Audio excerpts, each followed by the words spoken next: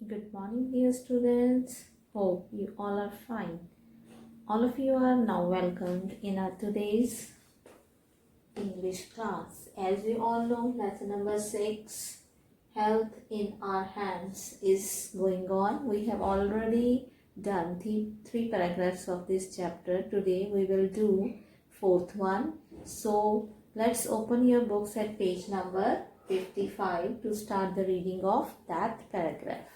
Hope all of you have opened your books at page number 55.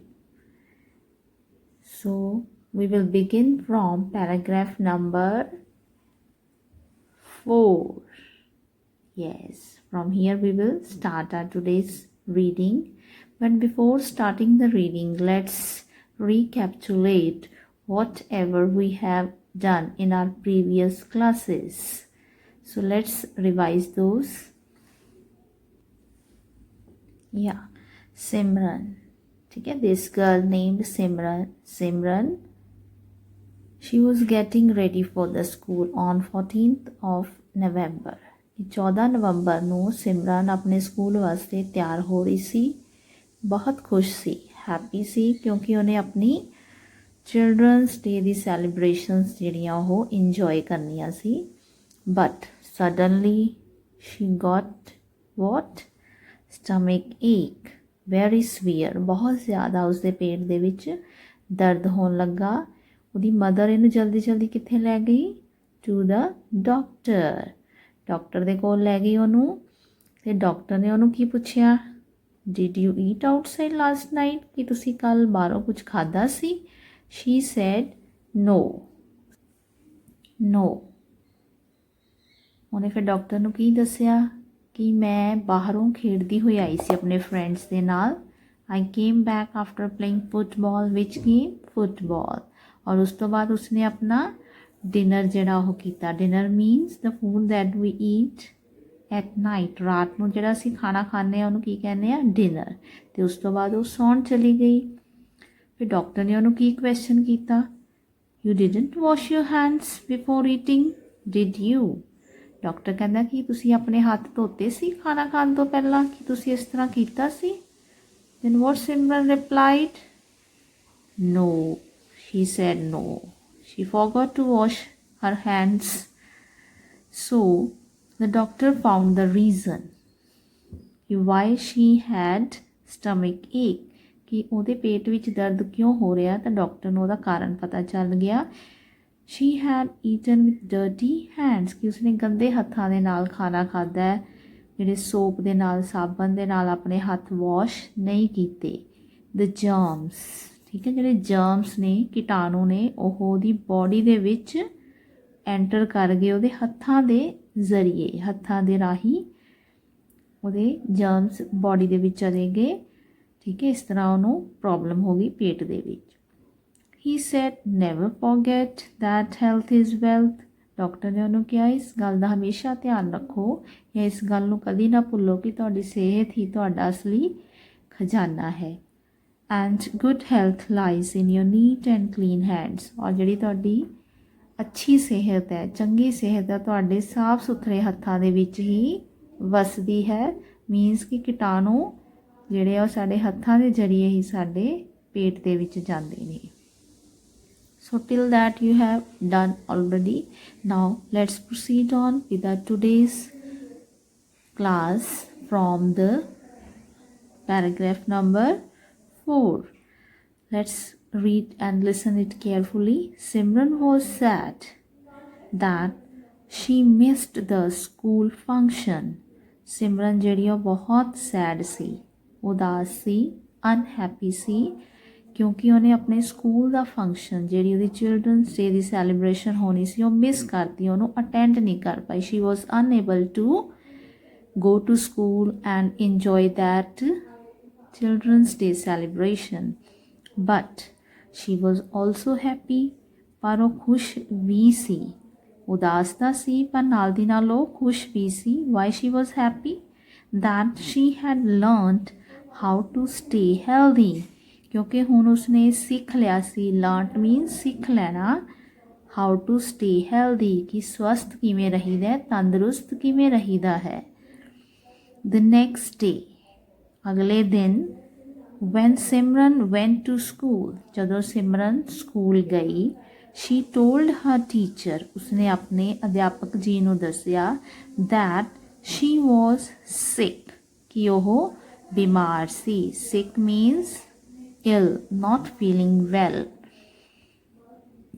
So she could not attend the Children's Day celebration.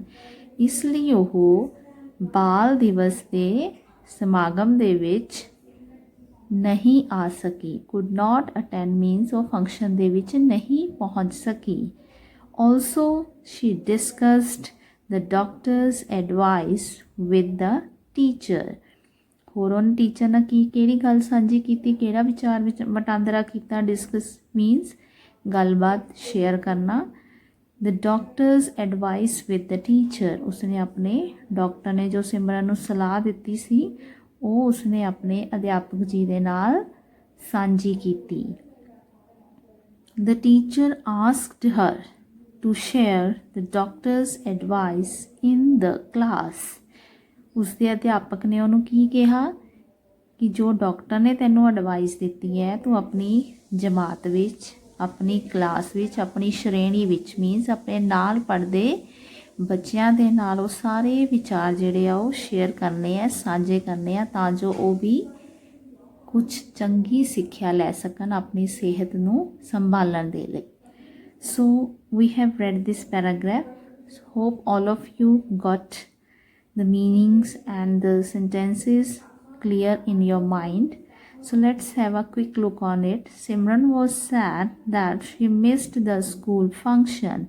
Simran उदास सी कि उसने अपने school का function miss करता, but she was also happy that she had learned how to stay healthy. पर वो खुश भी सी क्योंकि उसने सीख लिया सी कि स्वस्थ किमें रहना है. The next day, when Simran went to school, she told her teacher that she was sick. ਅਗਲੇ ਦਿਨ ਜਦੋਂ ਸਕੂਲ ਗਈ ਸਿਮਰਨ, ਉਸਨੇ ਆਪਣੇ ਅਧਿਆਪਕ ਨੂੰ ਦੱਸਿਆ ਕਿ ਉਹ ਕੱਲ੍ਹ ਕਿਉਂ ਨਹੀਂ ਆ ਸਕੀ ਕਿਉਂਕਿ ਉਹ ਬਿਮਾਰ ਸੀ. ਸੋ she could not attend the Children's Day celebration. ਇਸੇ ਲਈ ਉਹ ਆਪਣੇ ਬਾਲ ਦਿਵਸ ਦੀ ਸੈਲੀਬ੍ਰੇਸ਼ਨਸ ਨੂੰ ਅਟੈਂਡ ਨਹੀਂ ਕਰ ਪਾਈ. Also she discussed the doctor's advice with the teacher. ਇਸ ਤੋਂ ਇਲਾਵਾ ਉਸਨੇ ਆਪਣੇ ਡਾਕਟਰ ਦੁਆਰਾ ਦਿੱਤੀ ਹੋਈ ਸਲਾਹ ਨੂੰ ਆਪਣੇ ਅਧਿਆਪਕ ਦੇ ਨਾਲ ਡਿਸਕਸ ਕੀਤਾ.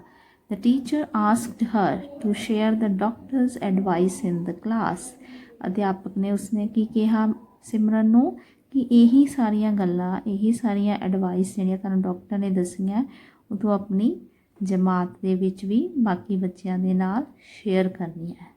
ਹੋਪ ਕਿ ਤੁਹਾਨੂੰ ਸਾਰਿਆਂ ਨੂੰ ਇਹ ਪੈਰਾ ਜਿਹੜਾ ਚੰਗੀ ਤਰ੍ਹਾਂ ਸਮਝ ਆ ਗਏ ਹੋਣਗੇ. ਹੁਣ ਤੁਸੀਂ ਆਪਣੇ ਕੀ ਕਰਨਾ ਹੈ ਜੀ, ਹਾਂਜੀ ਇਹਨਾਂ ਨੂੰ ਧਿਆਨ ਨਾਲ ਪੜ੍ਹਨਾ ਹੈ, ਇਹਨਾਂ ਦੀ ਟ੍ਰਾਂਸਲੇਸ਼ਨ ਕਰਨੀ ਹੈ, ਠੀਕ ਹੈ. ਅਤੇ ਹੁਣ ਆਪਾਂ ਕੀ ਕਰਾਂਗੇ, we will do now some few questions based on PAS. Our first question is antonym of healthy. Antonym means opposite. ਵਿਰੋਧੀ ਸ਼ਬਦ healthy ਦਾ ਕੀ ਹੁੰਦਾ ਹੈ, ਸਵਸਥ ਦਾ ਵਿਰੋਧੀ ਸ਼ਬਦ. fit, well, fine, unhealthy. So antonym opposite of healthy, unhealthy. So we will mark tick on D option, correct option. Second is use suitable punctuation mark for the sentence how to stay healthy. How to stay healthy. So what we will put at the end? That is our question. Full stop, sign of exclamation, question mark or comma. So try to understand the sense of the question. How to stay healthy? कि स्वस्थ किमें रहा जा सकता है? It is a question. So we will mark question mark at the end of this sentence. So this is our correct answer. We will mark tick after this. Now this is the third question. Use suitable pronoun. She told dash teacher about her illness.